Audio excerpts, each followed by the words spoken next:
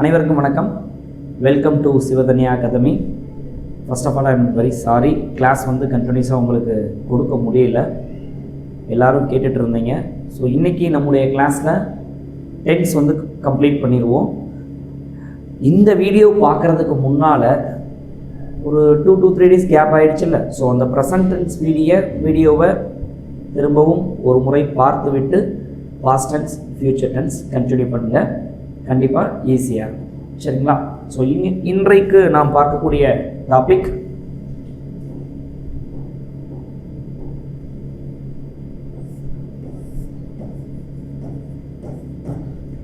past and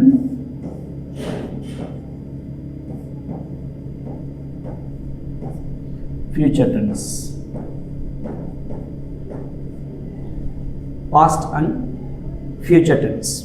so last class நம்ம சொல்லியிருக்கிறோம், present டென்ஸில் 4 வகையாக பிரிச்சிருப்பாங்க. Simple present tense, present continuous tense, present perfect tense, present perfect continuous tense. The same past டென்ஸ்லேயும் future டென்ஸ்லேயும் அதே தான் ஃபாலோ பண்ண போகிறோம். ஒன்று ப்ரெசன்ட் அப்படின்னு பயன்படுத்தக்கூடிய இடத்துல பாஸ்ட் ஃபியூச்சர் என்று பயன்படுத்துவோம். சரிங்களா? ரைட். பாஸ்ட் டென்ஸ், இந்த சிம்பிள் பாஸ்ட் டென்ஸ், இந்த சிம்பிள் பாஸ்ட் டென்ஸுடைய சின்டாக்ஸ் எப்படி இருக்கணும் அப்படின்னா வாஸ் அல்லது வேர் அல்லது V2 என்பது பாஸ்ட் டென்ஸை குறிக்கும். சரிங்களா? இந்த சிம்பிள் பாஸ்ட் டென்ஸ் எங்கு பயன்படுத்த வேண்டும்? பாஸ்ட் டென்ஸ்னாலே ஒரு விஷயம் நன்றாக புரிந்து கொள்ளணும். என்னன்னா, அது கம்ப்ளீட்டட் ஆக்ஷன், முடிவு பெற்ற ஒரு செயல். சரிங்களா? அப்போ பாஸ்ட் கண்டினியூஸ் அப்படின்னா கடந்த காலத்தில் தொடர்ச்சியாக நடைபெற்று கொண்டிருந்த செயல். கடந்த காலத்தில் தொடர்ச்சியாக நடைபெற்று கொண்டிருந்த ஒரு செயல். நம்ம கேஷுவலாக கேட்போம், என்னடா லீவு, என்ன பண்ணிட்டு இருந்த? நான் நேற்று நேரம் மதுரை போயிட்டு இருந்தேன்டா. அப்போ எஸ்டர்டே ஐ வாஸ் கோயிங். கடந்த காலத்தில் தொடர்ச்சியாக நடைபெற்று கொண்டிருந்த ஒரு செயல். இந்த பாஸ்ட் பர்ஃபெக்ட் எங்கு பயன்படுத்துவோம்னா நல்லா கவனிச்சுங்க. இந்த பாஸ்ட் பர்ஃபெக்ட் ரிலேட்டடான கொஸ்டின்ஸ் நம்முடைய தேர்வில் கேட்பதற்கான வாய்ப்புகள் அதிகம். சரிங்களா? இந்த பாஸ்ட் பர்ஃபெக்ட் டென்ஸ் எங்கே பயன்படுத்தணும்னா ஒரே சென்டென்ஸில் 2 செயல் நடைபெற்று இருக்கும். ஒரே சென்டென்ஸில் 2 செயல் நடைபெற்று இருக்கும். அதில் எந்த செயல் நிறைவு பெற்றதோ அது பாஸ்ட் பர்ஃபெக்ட் டென்ஸ். இரண்டாவதாக எந்த செயல் நிறைவு பெற்றதோ அது சிம்பிள் பாஸ்ட் டென்ஸ். உதாரணமாக, இந்த examination hall, before I completed my exams the bell had rung. அப்படின்னா நான் தேர்வை எழுதி முடிப்பதற்கு முன்பாக தேர்வு மணி, அதாவது ஓவர் பெல் அடித்தது. இப்போ எது முதல்ல நடந்தது? பெல் அடித்தது. ஸோ அது பாஸ்ட் பர்ஃபெக்ட் டென்ஸ். இரண்டாவதாக நடைபெற்றது அவன் எக்ஸாம் கம்ப்ளீட் பண்ணது, அது சிம்பிள் பாஸ்ட் டென்ஸ். இந்த பாஸ்ட் பர்ஃபெக்ட் கண்டினியூஸ் நன்றாக புரிந்து கொள்ள வேண்டும். கண்டினியூஸ் அப்படின்னாலே நம்ம என்ன சொல்லியிருக்கோம்? ING ஃபார்ம் ஆஃப் வேர்ப் இருக்கும். கண்டினியூஸ் அப்படின்னாலே ING ஃபார்ம் ஆஃப் வேர்ப் இருக்கும்.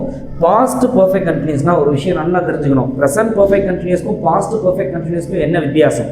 ப்ரெசன்ட் பர்ஃபெக்ட் கண்டினியூஸ் என்பது கடந்த காலத்தில் ஆரம்பித்த ஒரு செயலானது நிகழ்காலத்தில் இப்பொழுது வரையும் நடைபெற்று கொண்டிருப்பது. அதுதான் நாம் தேர்வுக்கு தயார் செய்து கொண்டிருப்பது. கிட்டத்தட்ட ஒரு 2 மாதமாக படிச்சுட்டு இருக்கோம்னா 2 மாதத்துக்கு முன்பாக ஆரம்பிக்கப்பட்ட செயலானது இப்பொழுது வரை தொடர்ச்சியாக நடைபெற்று கொண்டிருக்கிறது. Present perfect continuous. இந்த பாஸ்ட் பர்ஃபெக்ட் கண்டினியூஸ் டென்ஸ் எப்போ சொல்லுவோம்னா, நம்ம எக்ஸாம் முடிச்சு அப்பாயின்மெண்ட் ஆகி அடுத்த வருஷம் சொல்லுவோம்.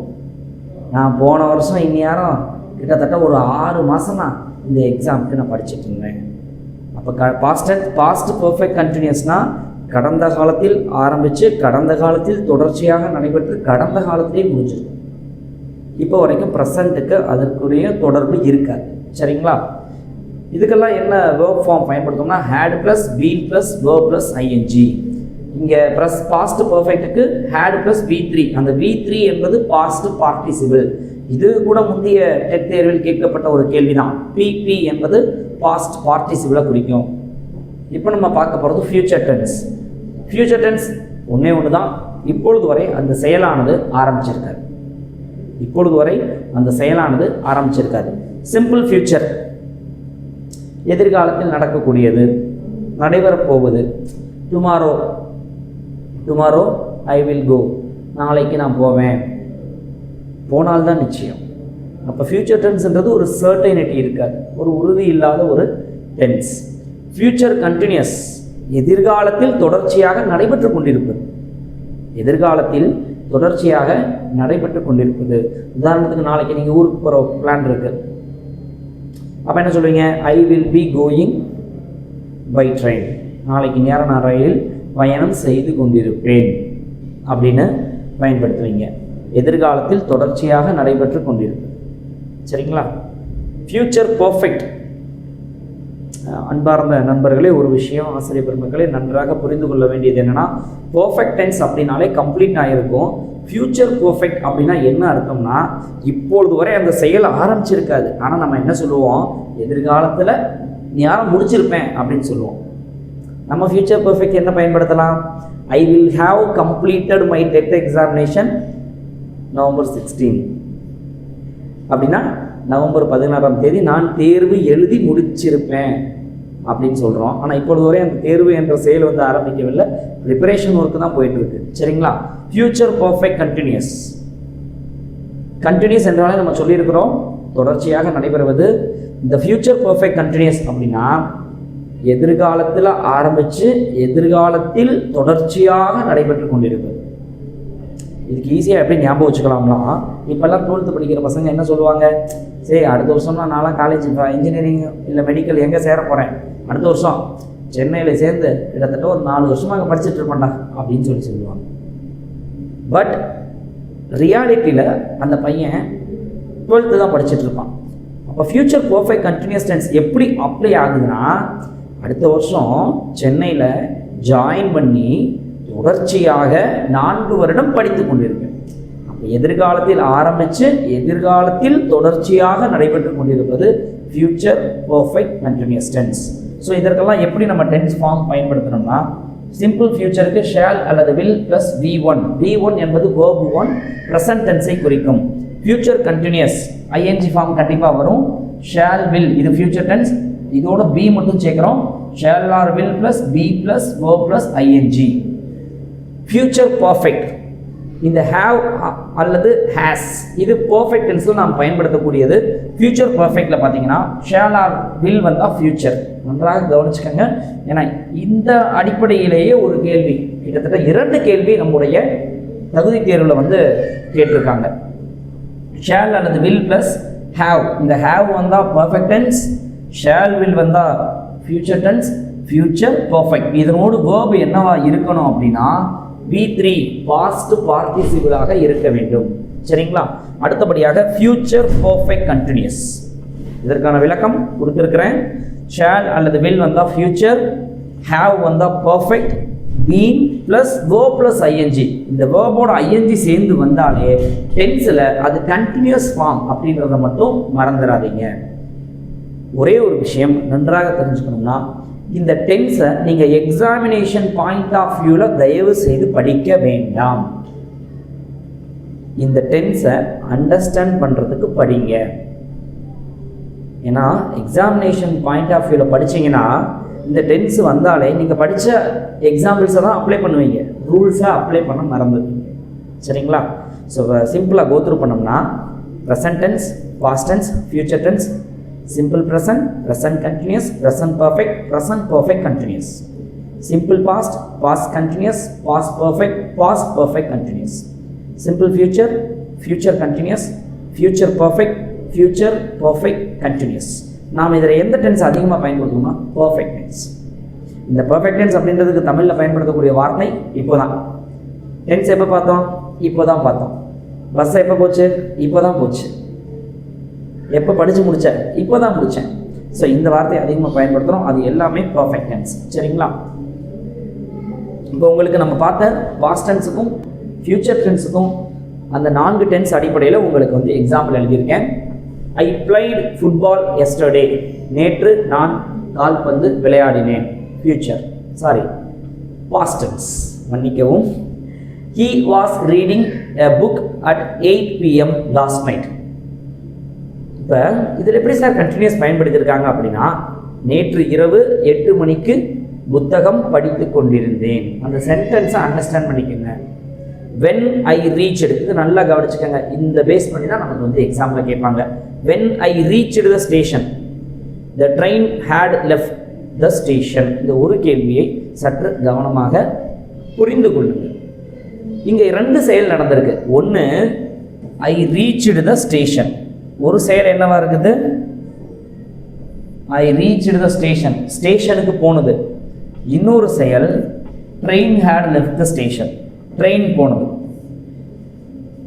அப்போ என்ன அர்த்தம்னா, நான் ஸ்டேஷனுக்கு செல்வதற்கு முன்பாகவே அந்த ட்ரெயின் போயிருச்சு.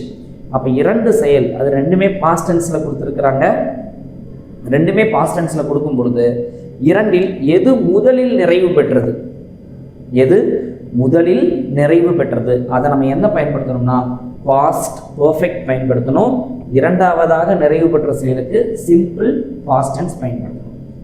சரிங்களா?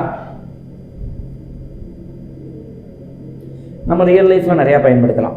ஒன்று, ஒருத்தவங்க ஒர்க் போயிட்டு வீட்டுக்கு வர்றது, நம்ம சமையல் செய்து முடிக்கிறது. சப்போஸ் சமையல் செய்து முடிக்கிற வேலை வந்து ஃபஸ்ட்டு முடிஞ்சிச்சுன்னா பாஸ்ட் பர்ஃபெக்ட். அவங்க வீட்டுக்கு வர்றது இரண்டாவது இருந்துச்சுன்னா past tense. when I entered my home, my wife had finished cooking. சரிங்களா? had finished cookingன்றது எப்படி இருக்கு? முன்கூட்டியே அந்த செயல் முடிஞ்சிருச்சு. இவர் entered the home, ரெண்டாவது செயல். சரிங்களா? Rajan had been living for 10 years before he moved to India. அப்படின்னா என்ன அர்த்தம்னா, இங்கே என்ன சார் பாஸ்ட் பர்ஃபெக்ட் கண்டினியூஸ் பயன்படுத்தியிருக்கோம்னா, கொடுக்கப்பட்ட சென்டென்ஸை மிக நன்றாக கவனியுங்கள். Rajan had been living for 10 years before he moved. அவன் இந்தியாவிற்கு வருவதற்கு முன்பாக 10 வருடங்களாக ராஜன் வந்து எங்கே இருந்தான்? some other place. ஆக்சுவலி இந்த இடத்துல நம்ம எப்படி கொடுக்குற sentence, Rajan had been living for 10 years before he moved to India. இந்தியாவிற்கு வருவதற்கு முன்பாக ஏதோ ஒரு இடத்தில் 10 வருடங்களாக இருந்தான் அப்படின்னு சென்டென்ஸ் கொடுத்துருக்குறாங்க. இந்த சென்டென்ஸில் உங்களுக்கு இன்னும் ஒரு கேள்வி சொல்கிறேன், நல்லா கவனிச்சுக்கோங்க. இந்த ஃபார் அப்படின்ற வார்த்தையை நன்றாக வந்து நோட் பண்ணிக்கோங்க, எழுதி கூட வச்சுக்கோங்க. இந்த ப்ரிப்போசிஷன் ஃபார் பயன்படுத்தும் பொழுது எங்கே பயன்படுத்தணும்னா, ஒரு கால அளவு குறிப்பிடும் பொழுது மட்டும்தான் நாம் ப்ரிப்போசிஷன் ஃபார் பயன்படுத்த வேண்டும். கால அளவினை குறிப்பிடும் பொழுது மட்டும் நாம் ப்ரிப்போசிஷன் என்ன பயன்படுத்தணும்? ஃபார் பயன்படுத்தணும். அப்போ கண்டிப்பாக நீங்கள் அதுக்கு ஒரு கேள்வி கேட்கணும், சார் அப்போ கால அளவு குறிப்பிடவில்லை என்றால் என்ன ப்ரிப்போசிஷன் பயன்படுத்தணும்னா சின்ஸ் பயன்படுத்தணும். இது ரெண்டையும் தனியாக எழுதி வச்சுக்கோங்க. Since, for. இந்த ஃபார் என்பது கால அளவை குறிக்கும் இடத்தில் பயன்படுத்த வேண்டும். சின்ஸ்னா குறிப்பிட்ட. உதாரணத்துக்கு எப்படி சொல்லலாம்னா, since 2005, since in the morning, since yesterday night, இந்த மாதிரி. சரிங்களா? ஃபார் பயன்படுத்தினா for 1 hour, 2 hour, 30 minutes, 10 years, 5 years, ஒரு கால அளவை குறிப்பிடும் பொழுது ஃபார் பயன்படுத்தணும். இதை கவனமாக நோட் பண்ணிக்கோங்க. So this all future. I will go to school tomorrow. நாளை நான் பள்ளிக்கு செல்வேன். They will be playing football tomorrow evening. நாளை மாலை அவர்கள் கால்பந்து விளையாடி கொண்டு இருப்பார்கள். I will have finished my homework before 9 PM. அவள் ஸ்கூலில் இருக்கப்பே என்ன சொல்லுவாங்க, நான் 9 மணிக்கு முன்பாக என்னுடைய ஹோம்ஒர்க்கை முடிச்சிருப்பேன். ஆக்சுவலாக இப்போ ஸ்கூலில் தான் இருப்பாங்க, இந்த செயல் இன்னும் ஆரம்பிச்சிருக்காது. ஆனால் என்ன சொல்கிறாங்க, இத்தனை மணிக்குள்ளே நான் முடிச்சிருப்பேன் அப்படின்னு சொல்லி சொல்கிறாங்க. I will have been studying in Chennai next year. உங்களுக்கு அதுக்கே உதாரணம் சொன்னேன். அடுத்த வருடம் நான் சென்னையில் படித்து கொண்டிருப்பேன். சரிங்களா? நெக்ஸ்ட் இயர், அடுத்த வருடம். அப்போ இனிமே தான் அந்த செயல் ஆரம்பித்து இனிமே தான் தொடர்ச்சியாக நடைபெறப் போகிறது. ரைட். இப்போது நம்ம பார்க்க போகிற கேள்வி என்ன பார்க்க போகிறோம்னா, இதுவரை சில ஆசிரியர் தகுதி தேர்வில் கேட்கப்பட்ட டென்ஸ் ரிலேட்டடான கொஸ்டின்ஸ். நிறையா பேர் கேட்டிருந்தீங்க, சார் எங்களுக்கு புக் பேக் எக்ஸசைஸ் கொடுங்க அப்படின்னு. நிச்சயமாக என்னுடைய பிளான் என்னென்னா, நம்ம கிராமரில் மட்டும் ஒரு 17 to 18 மதிப்பெண் கேட்பதனால நம்ம டென்ஸை எப்படி அலசி ஆராய்ஞ்சாலும் டென்ஸ் என்பது நமக்கு அடிப்படை. அதாவது என்ன சொல்லுவாங்க, பேஸ்மெண்ட் இல்லாமல் பில்டிங் கட்ட முடியாது. ஸோ இந்த பேஸ்மெண்ட்டை தெரிஞ்சுக்கிடுவோம். தெரிஞ்சுட்டு நம்ம பில்டிங்கை நம்ம ஈஸியாக வந்து எழுப்பிடலாம். அந்த நம்பிக்கை எனக்கு இல்லை, உங்களுக்கு நிச்சயமாக இருக்கணும். எனக்கும் அந்த நம்பிக்கை இருக்குது. டெஃபினட்டாக கிராமரை நீங்கள் நல்லா தரவு பண்ணிட்டீங்கன்னா எழுதி வச்சுக்கலாம். இங்கிலீஷில் கிராமரில் மட்டும் 17 மதிப்பெண் வரும், கான்ஃபிடண்ட்டாக அடிக்கலாம். I does my homework, I does my homework. கொடுக்கப்பட்ட ஆப்ஷன் பாருங்கள், completed, complete, have completed, has completed. நான் என் ஹோம்ஒர்க்கை முடிச்சிட்டேன், நான் என்னுடைய ஹோம்ஒர்க்கை முடிச்சிட்டேன். இங்கே பாஸ்ட் அப்படின்னு பயன்படுத்துறதுக்கான எதுவும் வாய்ப்பு இருக்கிற மாதிரி எதுவும் கீவேர்ட்ஸ் கொடுத்துருக்குறாங்களா? இல்லை. கம்ப்ளீட் முடிஞ்சு போச்சு. அப்போ என்ன டென்ஸ் பயன்படுத்துவோம்? இப்போ தான் முடிச்சிருப்பாங்க. அப்போ I have completed, I have completed. சரிங்களா? எப்படி சார் ஐ ஹாவ் கம்ப்ளீட்டட்? இந்த கிளாஸில் ஸ்டூடெண்ட்ஸ்கிட்ட ஒரு டெஸ்ட் வைக்கணும்னு நீங்களே, அவன் வேலை என்ன சொல்லுவான்? நான் முடிச்சிட்டேன். ஸோ முடிச்சிட்டேன் அப்படின்னாலே அந்த செயல் வந்து எங்கே போயிடும்? பாஸ்ட்டுக்கு போயிடும். ஆனால் எப்போ முடிச்சிருப்பான்? அப்போ தான் முடிச்சிருப்பான். சரிங்களா? பாஸ்ட்டுக்கு போனாலும் அந்த ப்ரெசண்ட்டோடு ஒரு தொடர்புடையதாக இருக்கும். அப்படி இந்த சென்டென்ஸை அண்டர்ஸ்டாண்ட் பண்ணிங்கன்னா த right answer is have completed. சரிங்களா? We are meeting the Prime Minister tomorrow. We are meeting the Prime Minister tomorrow. இதில் என்ன டென்ஸ் ஃபார்மில் கொடுத்துருக்குறாங்கன்னு கேட்டிருக்காங்க. நல்லா கவனிங்க. நம்ம ஏற்கனவே முதல் கிளாஸில் சொல்லியிருப்போம், அண்ட் இஸ் ஆர் வந்து பீவர், அதில் ப்ரெசண்ட்டுக்குரிய பீவர், ஆமாம் ப்ரெசண்ட். இதில் ஒமிஷன் அப்ளை பண்ணுங்கள். என்ன சார் திடீர்னு என்னமோ சொல்கிறீங்க? ஒமிஷன் அப்படின்னா எந்த ஆன்சர் வராதுன்னு அப்ளை பண்ணுங்கள். சரிங்களா? ஆர் ப்ரெசன்ட் டென்ஸாக இருக்கிறதுனால பாஸ்ட் டென்ஸ் வராது, ஃபியூச்சர் டென்ஸ் வராது. சரிங்களா? அப்போ ப்ரெசன்ட் இரண்டும் வருவதற்கான வாய்ப்பு இருக்குது. ஸோ ரெண்டுக்கான சின்டாக்ஸ் எப்படி எழுதியிருக்கோம்? ஐஎன்ஜி வந்தாலே கண்டினியூஸ் தான். அப்போ கண்டினியூஸும் வரும், கண்டினியூஸும் வரும். அப்போ இங்கே பர்ஃபெக்ட் கண்டினியூஸ்னால் என்ன வந்திருக்கணும்? வி ஹாவ் பீன் வந்திருக்கணும். இங்கே ப்ரெசன்ட் கண்டினியூஸாக இருக்கிறதுனால தான் are plus verb plus ING. நீங்கள் ஃபஸ்ட்டு நம்ம டென்ஸில் ப்ரெசன்ட் டென்ஸ் நடத்தின வீடியோ பார்த்தீங்கன்னா நீங்கள் சிங்கிள் சிட்டிங்லேயே இதை பார்த்த உடனே ஆன்சர் பண்ணிடலாம். The right answer is present continuous. She does sleep for 5 hours. இங்கே முன்னாடி சொன்ன ப்ரிப்போசிஷன் ஃபார் பயன்படுத்தியிருக்காங்க, 5 hours கரெக்டாக பயன்படுத்தியிருக்கிறாங்க. இங்கே பாஸ்டாக மென்ஷன் பண்ணுறதுக்கு எதுவும் இல்லை. இந்த சின்ஸ் ஃபார் பயன்படுத்தப்பட்டிருந்தால் அது பர்ஃபெக்ட் கண்டினியூஸ் டென்ஸாக இருப்பதற்கான வாய்ப்பு தான் அதிகம். ஸோ பர்ஃபெக்ட் கண்டினியூஸ் டென்ஸ்னால் இங்கே ரெண்டே தான் இருக்குது, ஹேடு, ஹேஸ். இது பாஸ்ட் பர்ஃபெக்ட் கண்டினியூஸ், இது ப்ரெசன்ட் பர்ஃபெக்ட் கண்டினியூஸ். ஃபியூச்சரும் வராது, ப்ரெசன்ட் கண்டினியூஸ் வராது. ஃபியூச்சரும் வராது, ப்ரெசன்ட் கண்டினியூஸ் வராது. She does sleep for 5 hours. 5 மணி நேரமாக தூங்கிக் கொண்டிருந்தால். இங்கே பாஸ்ட் மென்ஷன் பண்ணுறதுக்கு எதுவும் ஆப்ஷன் இல்லை. So right answer is present perfect continuous. The train dash before he reached the station. ஏற்கனவே இதே மாடல் தான் நம்ம எழுதி போட்டோம். He reached the station, the train. அவன் ஸ்டேஷன் போவதற்கு முன்பாக, பிஃபோர்னா முன்னால், ஆஃப்டர்னா பின்னால். எப்படி சார் ஞாபகம் வச்சுக்கிறது? After, before. பிஃபோர்னா என்ன அர்த்தம்? முன்னால். ஆஃப்டர்னா என்ன அர்த்தம்? பின்னால். இப்படி ஞாபகம் வச்சுக்கோங்க. ஏபிசிடியில் ஏ முன்னால் வரும், ஆனால் ஆஃப்டர்னா பின்னால்னு அர்த்தம். ஏபிசிடியில் பி பின்னால் வரும், ஆனால் பிஃபோர்னா முன்னால்னு அர்த்தம். சரிங்களா? பிஃபோர். அப்போ இந்த செயல் இதுக்கு முன்பாக நடைபெற்றது. இந்த ரீச் அப்படின்றது என்ன டென்ஸில் இருக்குது? பாஸ்ட் டென்ஸில் இருக்குது. அப்போ ஒன்று பாஸ்ட் டென்ஸ் கொடுத்துருக்குறாங்க, இதற்கு முன்பாக நடைபெற்று முடிஞ்ச செயலானது past perfect tense.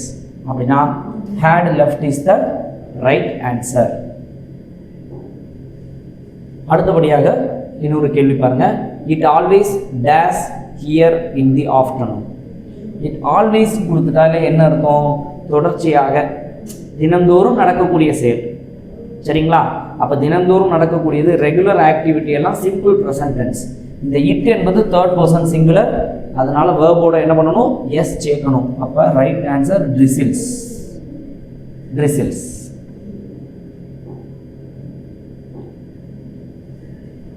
Right. So now we have completed tense related ஆன questions வந்து கண்டிப்பாக நம்ம கொஸ்டின் டிஸ்கஷனில் நிச்சயமாக இருக்கும். இந்த டென்ஸ் பகுதியிலிருந்து நீங்கள் எதிர்பார்க்கக்கூடிய வினாக்கள் எத்தனை இருக்கும்னா அதிகபட்சம் 2 வினாக்கள் தான் கேட்பாங்க. ஆனால் இஃப் கிளாஸ் பார்த்தாலும் சரி, நம்ம வேறு எந்த activise space voice, direct indirect, simple common complex, sir என்ன ஒன்றுமோ டைட்டில் சொல்கிறீங்களா? நிச்சயமாக இதெல்லாம் நம்ம கோத்ரூ பண்ணிடுவோம். இது எல்லாத்துலேயும் டென்ஸ் நிச்சயமாக பயன்படுத்தப்பட்டிருக்கும். கவலைப்படாதீங்க. இங்கிலீஷ் வந்து ரொம்ப ஈஸி தான். கொஞ்சம் அண்டர்ஸ்டாண்ட் பண்ணிக்கங்க, தென் we can easily clear this.